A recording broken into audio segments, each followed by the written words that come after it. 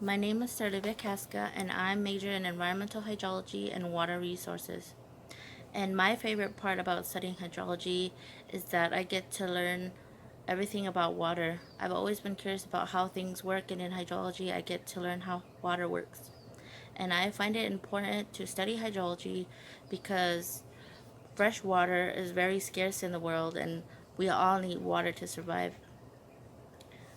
And I chose to come here to the University of Arizona because the University of Arizona has the #1 hydrology department in the United States, and I wanted to come here to study hydrology at the #1 place. And I do have a favorite study spot here on campus, and it's at the Fine Arts Library. It's very small compared to the other libraries and quiet. There's usually nobody really there. It's not really packed with a lot of people or anything, and sometimes I get to hear some of the students playing music there. I see instruments and it kind of puts a smile on my face. And I do have a class that I would like to recommend to you. It is a class taught by Dr. Steckles and Dr. Steckles. They are husband and wife, and it's called Human and Animal Interrelationships.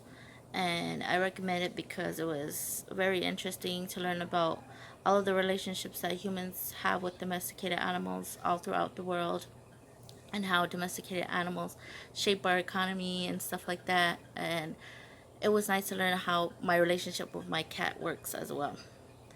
And right now, I am a member of the Elohim Academy, which is a Christian club where we believe in the female image of God. And to talk a little about clubs, it gives me a little sense of community there on campus.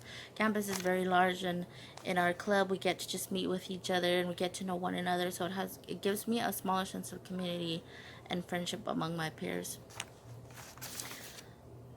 And this summer I was fortunate enough to get an internship with Penn State, and I got to work with a mentor on water data availability research. I got to look at water data from the United States as well as Canada and compare them with one another to see how we can better improve water data here in the United States. So we need a better sense of water use data here in the United States in order for us to start managing our water resources better. And I found that the United States has a lack of water use data, so it was very interesting to learn these things because I always thought that the United States had all the data that we needed, but I come to find that we have a lack of water use data. And the best piece of advice that I can give you is that you need to form a strong connection with your academic advisor. They help you a lot. I know that when I first came here to the University of Arizona, I spoke to my academic advisor a lot. She gave me all the resources that I needed.